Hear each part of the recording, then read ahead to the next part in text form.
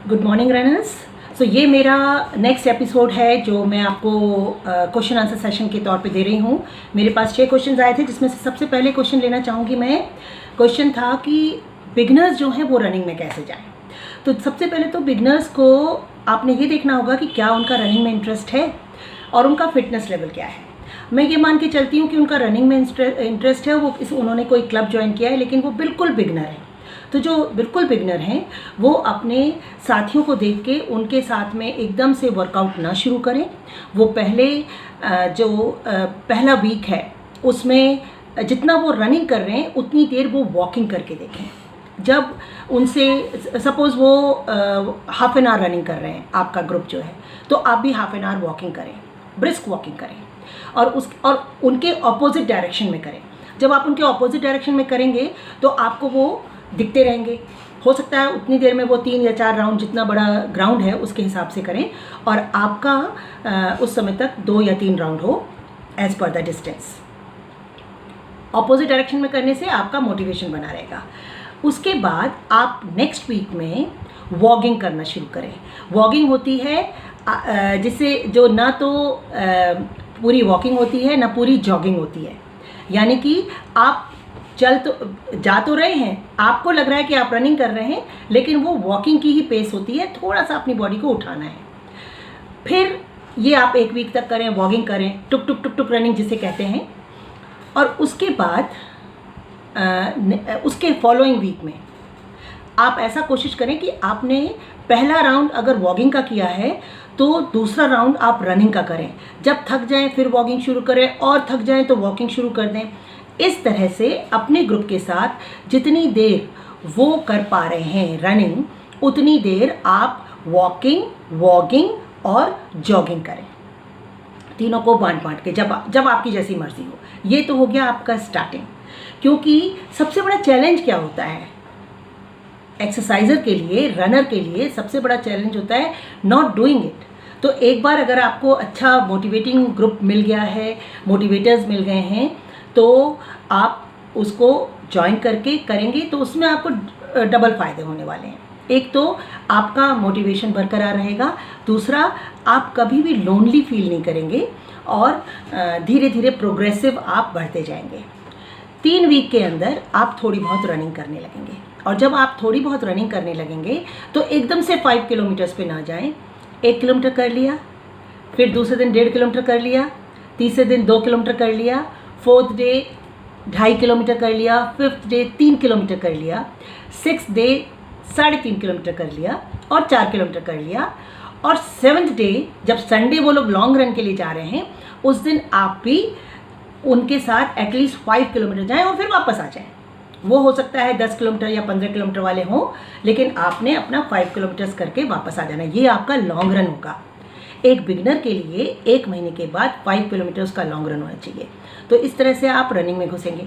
अब जब रनिंग आपने अडॉप्ट कर ली तो सिर्फ रनिंग से काम नहीं चलेगा, उसके साथ साथ आपको एक्सरसाइज करनी है पूरा उनके साथ में, अपने ग्रुप के साथ में। अगर आप अकेले हैं या आप अपने ग्रुप में हैं, और आजकल फिजिकल डिस्टेंसिंग का ध्यान रखेंगे, और उनके साथ में आप प्रॉपर वार्म अप करेंगे और प्रॉपर कूल डाउन करेंगे। प्रॉपर वार्म अप और कूल डाउन करने के लिए कोई बिगनर, मीडियोकर और एडवांस नहीं होता है। ठीक है, उनकी फ्लेक्सिबिलिटी ज़्यादा होगी, तो उनके अंदर स्टेमिना ज़्यादा होगा, उनके अंदर स्ट्रेंथ ज़्यादा होगी, लेकिन आप भी उसको फॉलो कर सकते हैं एज पर योर कैपेसिटी। तो ये तो हो गया बिगनर कैसे स्टार्ट करेंगे। और 1 महीने के अंदर आप 10 के रनर बन सकते हैं, 2 महीने के अंदर आप 15 के रनर बन सकते हैं, और जब आपके 3 महीने हो जाएंगे, यानी कि अगस्त, सितंबर, अक्टूबर तक आप उनके साथ लॉन्ग रन में, चाहे वो 15 किलोमीटर जाते हों चाहे 20 किलोमीटर जाते हों, जाना शुरू कर सकते हैं।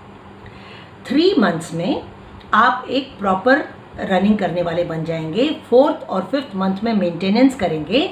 आपका वो कंपटीशन सीजन रहेगा तो थोड़ा सा उनके साथ में इंटरवल ट्रेनिंग, फाटलेग वगैरह करेंगे। वैसे उनको फॉलो करेंगे। अगर वो आधे घंटे कर रहे हैं जो काम, वो आप 15 मिनट भी कर लें। Just follow the leaders of your group. उसके बाद दिसंबर तक आप पूरी तरह से फिट भी हो जाएंगे, रनिंग भी आपके किलोमीटर्स भी बढ़ जाएंगे। तो तो उस समय आपको पूरा ध्यान रखना है अपना स्टेमिना, फ्लेक्सिबिलिटी, स्ट्रेंथ सब कुछ बरकरार रहे।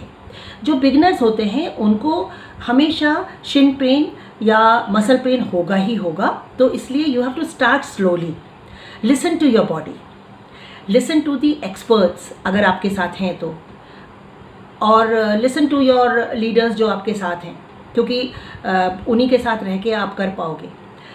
Take care of the impact. अगर आपका बॉडी वेट ज़्यादा है तो फिर आपको अपनी बॉडी वेट से जब आप रनिंग करेंगे, वॉकिंग में तो कोई दिक्कत नहीं है, आपका कितना भी बॉडी वेट हो आप वॉक कर सकते हैं, धीरे धीरे फास्ट वॉक करें, उसका ड्यूरेशन बढ़ाएं, और ड्यूरेशन बढ़ाने के बाद ये जो इंटेंसिटी और फ्रिक्वेंसी है ये बाद में, सबसे पहले ड्यूरेशन बढ़ाएं। अगर आप 10 मिनट कर सकते हैं 10 मिनट, फिर 15 मिनट, फिर आधा घंटा, और उसके बाद 45 मिनट्स, फिर 1 आवर, फिर 1.5 आवर्स, तो आपका वेट लॉस भी होता रहेगा। जैसे जैसे आपका वेट लॉस होता रहेगा आपकी स्पीड में इम्प्रूवमेंट आता जाएगा। और उसके बाद जब आपका थोड़ा सा वेट लॉस हो जाए फिर आप इंटरवल ट्रेनिंग और फार्टलेग में जाएं। स्पीड वर्क करने की कोई ज़रूरत नहीं है। मेरे ख्याल से जो भी कोई बिगनर हैं उनको नवंबर तक कोई स्पीड वर्क करने की ज़रूरत नहीं है, तो सिर्फ नॉर्मल जॉगिंग, वॉकिंग जो कर सकते हैं आप करें, और साथ में जब आपका ग्रुप या आपके जो फ्रेंड्स जिनके साथ आप जा रहे हैं वो इंटरवल ट्रेनिंग कर रहे हैं तो थोड़ी बहुत इंटरवल ट्रेनिंग उनके साथ में कर लें, बेशक 15 मिनट करें, फिर अपनी वही वॉकिंग। तो इस तरह से आप करेंगे। एक तो ग्रुप में करने से फुल ऑफ फन होता है, सेफ होता है, more safe, more enjoyable and more competitive. आप अगर अपने साथ ऐसे 3-4 बिगनर्स को एक साथ ले लो और फिर सोचो कि हमने ये बस हमारा ये जो लॉकडाउन पीरियड है, ये जो कोविड-19 है, ये जो कोरोना टाइम है, इस समय हमें फिट हो जाना है एज अ रनर, क्योंकि दिसंबर के बाद जनवरी से मैराथन शुरू हो जाएंगी, तो हमें भी मैराथन करना है, 10K करना है या 5K करना है या 21K करना है। और मैं सच बताऊं, अगर आप प्रॉपरली सिस्टमेटिक वे में अगर आप ये अगस्त, सितंबर, अक्टूबर, नवंबर, दिसंबर, आपके पास 5 महीने हैं, अगर इसमें आप कर लेंगे तो आप प्रॉपरली 21 किलोमीटर्स के लिए तैयार हो जाएंगे जनवरी में। तो ये मेरी तरफ से बेस्ट ऑफ लक। जब भी आपको कोई क्वेश्चन आए आप पूछिए, मैं अपने यूट्यूब चैनल पे हमेशा क्वेश्चंस के आंसर्स के वीडियोस डालती रहती हूँ, तो जो भी दिक्कत आए उसके बारे पे भी बात करेंगे। अब एक क्वेश्चन था इसी में, दूसरा क्वेश्चन जो था वो था nutrition before and after workout. इसको अगर हम न्यूट्रिशन की जगह फूड कह दें, क्या खाना चाहिए बिफोर वर्कआउट और आफ्टर वर्कआउट, तो ज़्यादा बेहतर रहेगा। न्यूट्रिशन तो देखो भाई, जो अगर रनिंग में घुसे हैं उनको सात्विक खाना, उनको न्यूट्रिशियस खाना तो खाना ही है। फिर आप जब अगर आप रनिंग करना चाहते हो तो फिर आप पिज़्ज़ा, बर्गर और मिठाई की तरफ ज़्यादा ध्यान आपको नहीं देना चाहिए। देखो, कोई भी चीज़ पाने के लिए थोड़ी बहुत तो आपको डिवोशन दिखाना पड़ेगा, और थोड़ा बहुत अपनी जो आपकी जिह्वा है उसको कंट्रोल में रखना पड़ेगा। तो आप बिफोर आप रनिंग करने अगर मॉर्निंग में जा रहे हैं तो मॉर्निंग में आपको अगर जूस पसंद है ना, वो कर लीजिए, एक ब्रेड पीस और चाय ले लीजिए, कॉफ़ी ले लीजिए, 2 बिस्किट ले लीजिए, एक केला ज़रूर खा लें। केला खाने से रात भर में जो आपका गैप रहा है उसके बाद में स्लो एनर्जी मिलती है और बेहतर रहता है। शुरू से ही आपकी हैबिट हो जाएगी, तो आगे जाके आपको रनर बनना है, और रनर के लिए केला is the lovely and the most recommended fruit before the workout. अब आ गए हम after workout. With in half an hour finishing your workout, एकदम आधे घंटे के अंदर आपने कोई भी 100 कैलोरीज का कॉम्प्लेक्स कार्बोहाइड्रेट लेना है, जो 1 ग्लास जूस हो सकता है, 1 सेब हो सकता है, 2 केले हो सकते हैं, और कुछ भी जो आप अपने साथ बैग में कैरी करेंगे। क्यों? क्योंकि जब आप बिगनर्स होते हैं और आप अगर अपने ग्रुप के साथ हैं तो वहाँ पर एक्सरसाइज के बाद ना थोड़ा बहुत गप्पे मारी, कभी इधर उधर चले गए, तो उसमें टाइम लगता है। या फिर आपने कम्यूटिंग लंबी करी है, कहीं और आपका घर है और कहीं और आप ट्रेनिंग के लिए जा रहे हैं, तो वो लंबा जो पीरियड है, आधे घंटे अगर आपने अपने वर्कआउट और अपनी ब्रेकफास्ट में गैप दे दिया, ब्रेकफास्ट या कहते हैं कुछ भी जो 200 कैलोरीज खानी है उसमें गैप दे दिया, तो आपका जो फटीग लेवल है उसको रिकवर होने में पूरा दिन लग जाएगा और नेक्स्ट डे आपको लेथार्जिक फील होगा। तो इससे बेहतर है कि अपने बैग में ज़रूर कोई ना कोई कॉम्प्लेक्स कार्बोहाइड्रेट का कुछ भी ऐसा ईटेबल जो आप रॉ खा सकते हैं वो सामान रखें, या जूस का एक पैकेट रख लें। इसके अलावा जो क्वेश्चन थे वो था, एक था what running shoes are good for light weight female runner who is running 42 kilometre per week. Light weight runner हो या हैवी वेट रनर हो, ट्रेनिंग शूज़ हमेशा वेल कुशन्ड होने चाहिए और रेसिंग शूज़ नहीं पहनने चाहिए। जो भी लड़की या लड़का, फीमेल और मेल 42 किलोमीटर्स पर वीक कर रहे हैं तो इसका मतलब कि वो एक मीडियोकर रनर है। हाँ, वो ना तो पूरे फुल मैराथन रनर है ना हाफ मैराथन रनर, क्योंकि मैं नहीं मानती कि 42 किलोमीटर्स में आप कोई अच्छे मैराथन रनर हो सकते हैं। तो आप एक नॉर्मल रनर हैं 5 और 10 के करने वाले। अगर आप 50 किलोमीटर्स कर रहे हैं तो उसके लिए आपको वेल कुशनिंग शूज़ पहनने चाहिए। ब्रांड कोई भी हो सकती है, आपके पैर में कंफर्टेबल होना चाहिए। आप जब शोरूम में जाएं तो उनसे कहिए कि मुझे road running proper marathon training shoes चाहिए, तो वो वेल कुशन शूज़ देंगे। आप बिल्कुल ये ना कहें कि मुझे रेसिंग शूज़ चाहिए, मैं मैराथन करना चाहती हूँ या करना चाहता हूँ और मुझे रेसिंग शूज़ चाहिए, वो गड़बड़ हो जाएगी। वहाँ वो आपको ज़ीरो भी शूज़ दे देंगे जो कि एज गुड एज स्पाइक्स बंदा क्यों पहनता है कंपटीशन में? थोड़ा फास्ट होने के लिए। इसी तरह से मैराथन में जो फास्ट रनर्स हैं, जो मेल जो 1 घंटा 12 मिनट से फास्ट दौड़ते हैं या 1 घंटा 15 मिनट से फास्ट दौड़ते हैं, और फीमेल जो 1.5 घंटा या ये कह लो कि 1 आवर 45 मिनट से फास्ट हाफ मैराथन दौड़ती हैं, उनके लिए रेसिंग शूज़ रिकमेंडेड होते हैं। उससे अगर आप स्लो हैं तो आपको कोई रेसिंग शूज़ पहनने की ज़रूरत नहीं है। उनमें बहुत कम कुशनिंग होती है और इम्पैक्ट ज़्यादा पड़ता है बॉडी का, तो 3 टाइम्स मोर बॉडी वेट का जो इम्पैक्ट है वो आपके नीज पे पड़ता है। इसलिए आपको कुशनिंग शूज़ ही लेने चाहिए, चाहे आप लाइट वेट हो चाहे आप हैवी वेट हो। 700-500 ग्राम के शूज़ होते हैं, बहुत बढ़िया होते हैं और वो आपको बहुत अच्छी कुशनिंग देते हैं। फिर एक क्वेश्चन था, faster runner in marathon 21 and 42 kilometres. Faster runner, अच्छा, रनर को 21 किलोमीटर्स और 42 किलोमीटर्स में अपना टाइम फास्ट करना है। तो उसके 3 तरीके हैं। सबसे पहले तो अपना वेट चेक कराइए। अगर आप अपने आइडियल वेट में हैं एज अ नॉर्मल पर्सन आप आइडियल वेट में हैं आपकी हाइट के हिसाब से। जैसे अगर मैं 5'4" हाइट की हूँ और मेरा 54 kg वेट है तो मुझे 5 किलो वज़न कम करना होगा मैराथन के लिए। आपको अपना फैट परसेंटेज चेक कराना होगा। अगर आपका 20% फैट परसेंटेज है तो आप एक्स्ट्रा फैट परसेंटेज लेके दौड़ रहे हैं, तो उसको आपको अगर आप फीमेल हैं तो आपको 12 या 10% पे लाना है, और अगर आप मेल हैं तो आपको 7 से 8% पे लाना है। तब तो ये तो एक तरीका हो गया अपने मैराथन टाइम को इम्प्रूव करने का। दूसरा तरीका ये होता है कि अगर आप बिगनर हैं या मीडियोकर हैं या नॉर्मल रनर हैं तो आप सिर्फ 50 किलोमीटर्स दौड़ रहे हैं।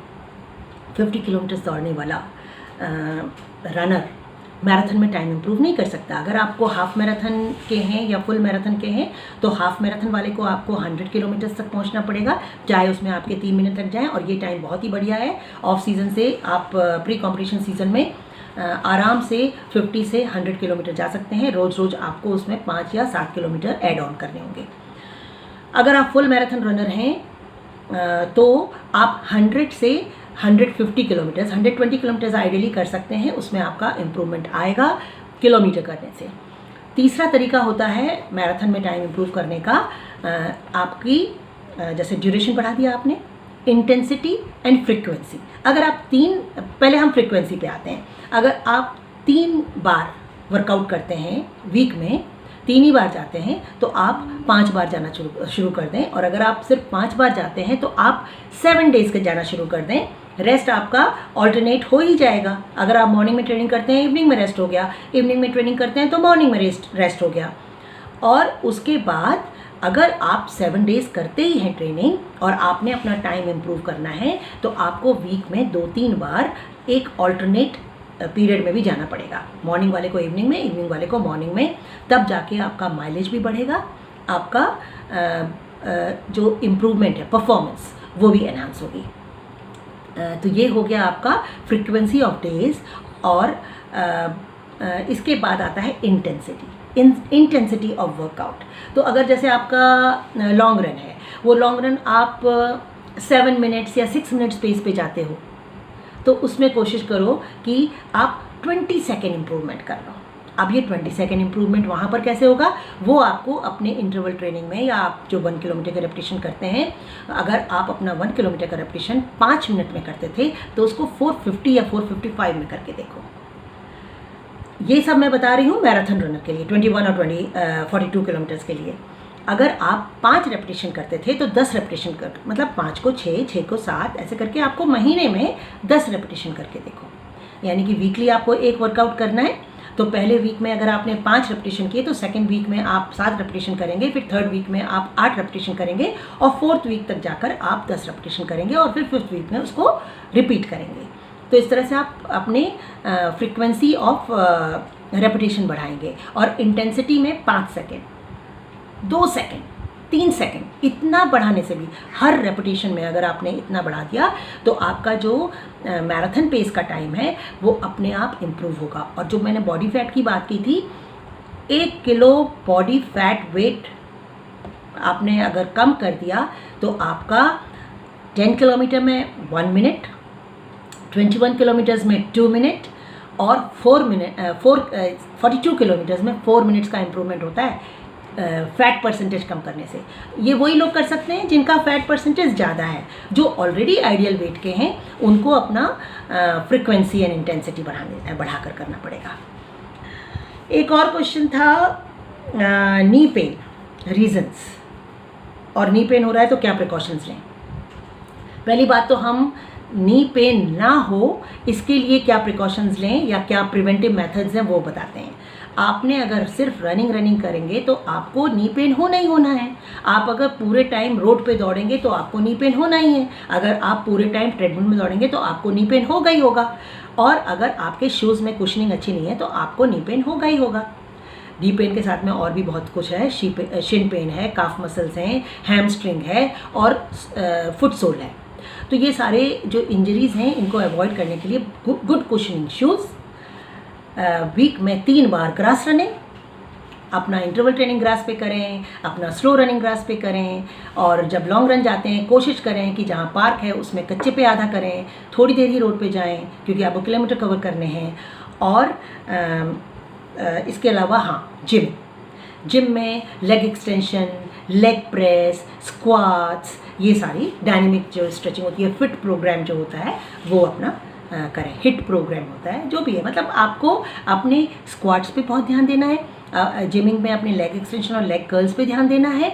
और स्किपिंग कर सकते हैं, साइकिलिंग कर सकते हैं, ये सब भी स्ट्रेंथनिंग बढ़ाते हैं। क्रॉस ट्रेनिंग भी कर सकते हैं। अब रीजंस क्या हो गए? अगर आप स्ट्रेंथनिंग नहीं करते हो, अगर आप टू मच रोड पे दौड़ रहे हो, मैंने पहले ही बता दिया तो इसको मेरे को फिर से रिपीट करने की ज़रूरत नहीं है। ये तो हो गई नीटी बात। एक और क्वेश्चन है, how to improve muscle strength through veg protein and other sources. भैया अगर how to improve muscle strength तो मसल स्ट्रेंथनिंग एक्सरसाइज करने से ही होगी। हाँ, मसल बिल्डअप आप थोड़ा प्रोटीन से कर सकते हैं। अगर आप वेजिटेरियन हैं तो चिंता ना करें, आप स्प्राउट्स रोज खाएं और मिल्क प्रोटीन लें, पनीर लें, अंडे का वाइट लें।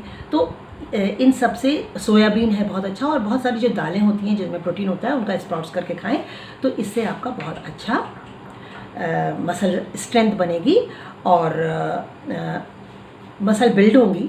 और मसल स्ट्रेंथनिंग एक्सरसाइज करें तो इससे आपका इम्प्रूवमेंट होगा दोनों तरह से।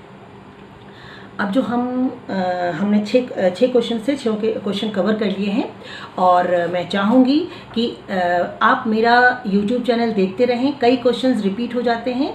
बिगनर्स का मैंने पहले भी एक बार फिटनेस मंत्रा में ही बताया था, तो इसलिए आप मेरे YouTube चैनल को सब्सक्राइब करें, देखें, और उसमें टॉपिक्स लिखे होते हैं तो वो वीडियोस पहले देख लें और उसके बाद अगर आपके कोई क्वेश्चंस हैं तो दोबारा क्वेश्चंस करें। मैं दोबारा आपके साथ अगले हफ्ते जुड़ूंगी। नमस्कार, बाय बाय।